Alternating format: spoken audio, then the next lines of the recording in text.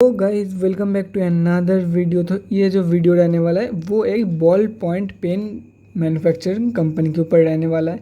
तो ये कंपनी की जो इम्पोर्टेंट पॉइंट्स है, तो पहले पॉजिटिव्स बता देता हूँ। कंपनी डिविडेंड देती है। उसके बाद बात करें, कंपनी ने डेट भी रिड्यूस किया है और कंपनी ऑलमोस्ट डेट फ्री है। कंपनी। उसके बाद बात करें नेगेटिव्स के बारे में, तो कंपनी की अगर 5 साल की सेल्स ग्रोथ कंपेयर करें तो वो नेगेटिव में है। और आरओई अगर रिटर्न ऑन इक्विटी अगर 3 साल की कंपेयर करें तो वो बहुत ही कम निकल कर आता है, लेकिन वो पॉजिटिव में है। तो और भी कुछ फैक्ट्स है, इंपॉर्टेंट फैक्ट्स कंपनी का। जो प्रोमोटर्स का होल्डिंग है वो लगातार इंक्रीज़ हो रहा है स्टॉक में। तो प्रोमोटर होल्डिंग लगातार इंक्रीज़ हो रहा है स्टॉक में।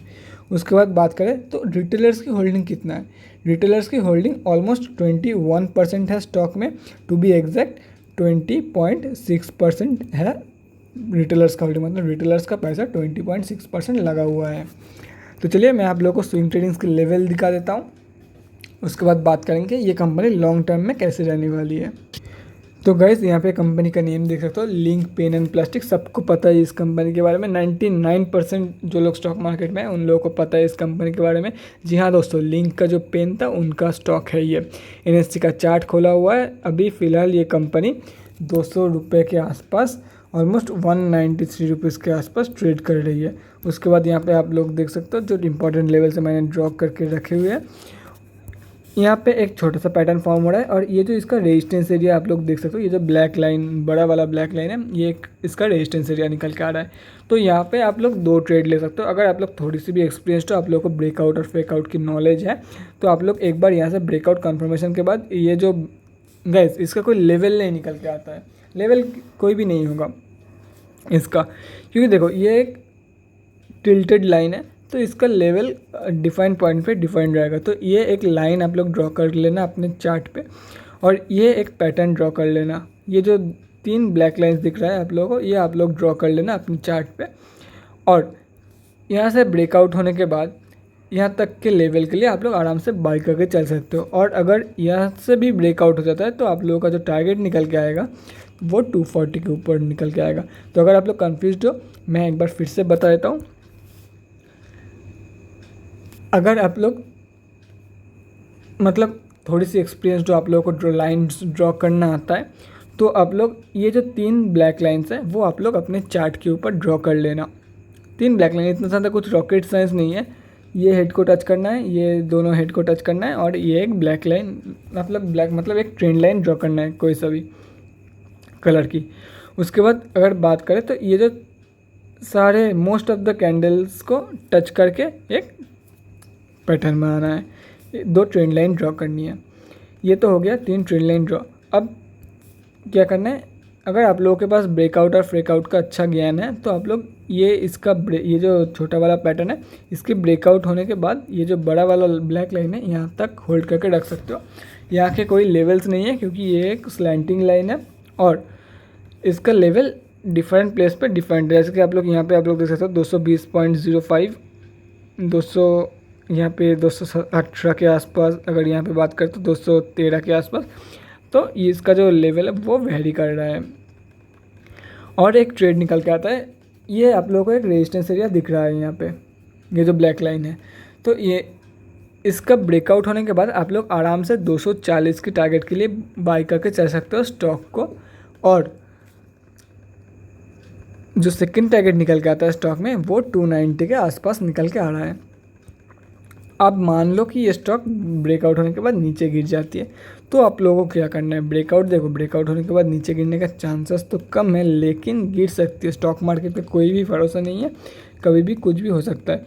ये जो आप लोगों को 154 का जो रेजिस्टेंस एरिया, ऑलमोस्ट 150 का जो resistance area, support area, sorry resistance नहीं थे, वो सपोर्ट एरिया दिख रहा है आप लोगों को। ये एक स्ट्रॉन्ग सपोर्ट एरिया आप लोगों को निकल के आ रहा है, मतलब बहुत ही स्ट्रॉन्ग सपोर्ट एरिया ये एक है।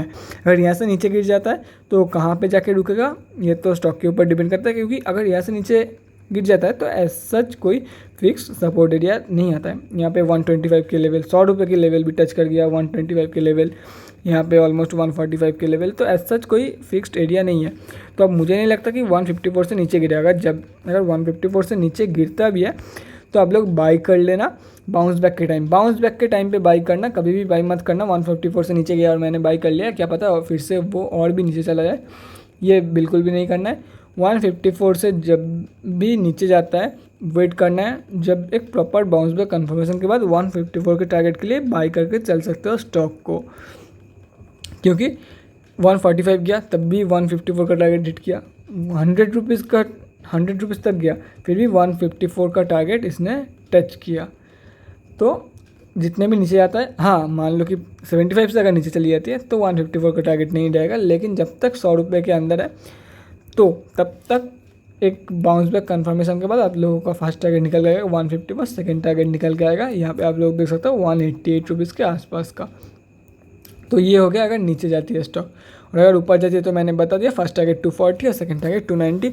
आप लोग अगर आप लोगों को लगता है कि आप लोगों को स्क्रीनशॉट लेना है तो आप लोग लेके रख सकते हो, या तो फिर कहीं पे ड्रॉ करके या तो फिर कहीं पे नोट डाउन करके रख सकते हो। अब बात करते हैं कितने क्वांटिटी लोग CNC में घर लेके गए स्टॉक को आज।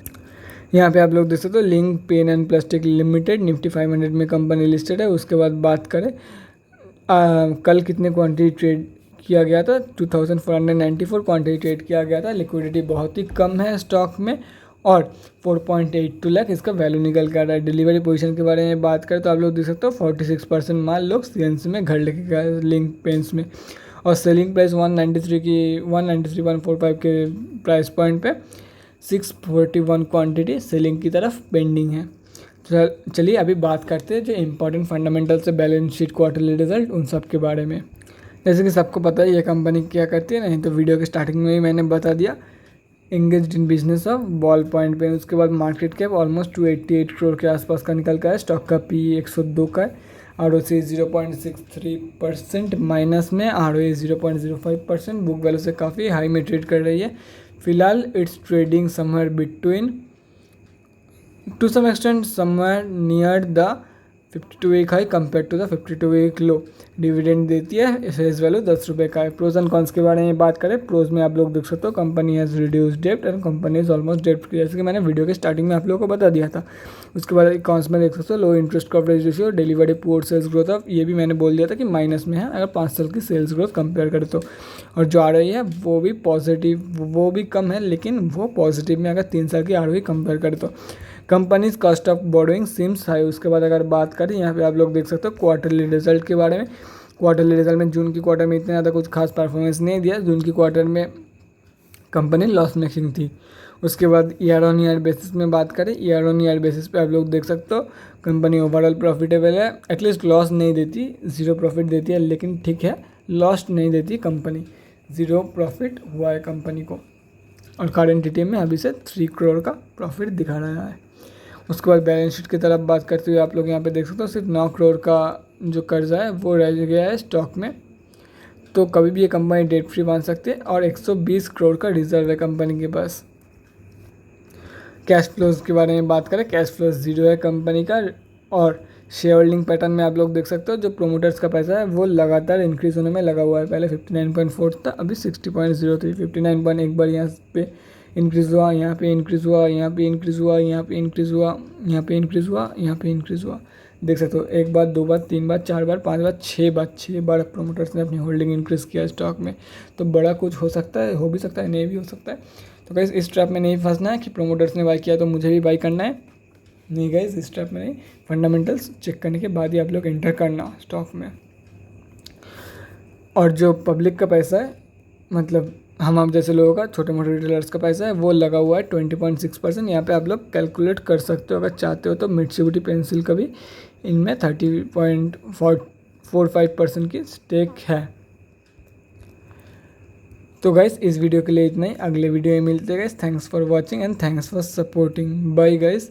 और अगर आप लोगों को कोई भी क्वेरी है स्टॉक मार्केट के बारे में तो कमेंट सेक्शन में कमेंट करके बता सकते हो, या तो फिर मुझसे पूछ सकते हो। अगर आप लोगों को 1-on-1 कन्वर्सेशन करना है तो इंस्टाग्राम का लिंक डिस्क्रिप्शन बॉक्स में दिया हुआ रहेगा, वहाँ पे जाके मुझे DM कर सकते हो, IG में जाके मैं 1-on-1 रिप्लाई कर देता हूँ।